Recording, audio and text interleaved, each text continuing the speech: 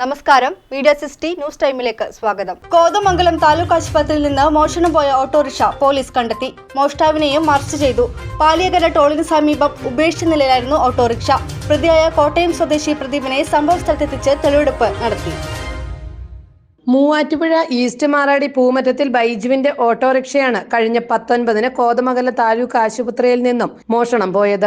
രാവിലെ 8 മണിക്ക് ആശുപത്രിയിൽ ചികിത്സയ്ക്കായി എത്തിയ ബൈജു തിരികെ പോകാനായി എത്തിയപ്പോഴാണ് ഓട്ടോറിക്ഷ മോഷണം പോയ വിവരം അറിയുന്നത്. ഉടൻ തന്നെ കോതമംഗലം പോലീസിൽ പരാതി നൽകി. CCTV-കൾ കേന്ദ്രീകരിച്ച് പോലീസ് നടത്തിയ അന്വേഷണത്തിൽ ഓട്ടോറിക്ഷ പാലിയക്കര ടോളിന് സമീപം ഉപേക്ഷിച്ച നിലയിൽ കണ്ടെത്തി. ഇതേ തുടർന്ന് നടത്തിയ അന്വേഷണത്തിൽ തൃശൂരിൽ വാടകയ്ക്ക് താമസിക്കുന്ന കോട്ടയം സ്വദേശി പ്രദീപ് പോലീസിന്റെ പിടിയിലായി. പ്രതിയെ അറസ്റ്റ് ചെയ്ത കോതമംഗലം പോലീസ് ഇയാളെ സംഭവ സ്ഥലത്ത് എത്തിച്ച് തെളിവെടുപ്പ് നടത്തി. മോഷണം പോയ ഓട്ടോറിക്ഷയും പോലീസ് കസ്റ്റഡിയിലെടുത്തു.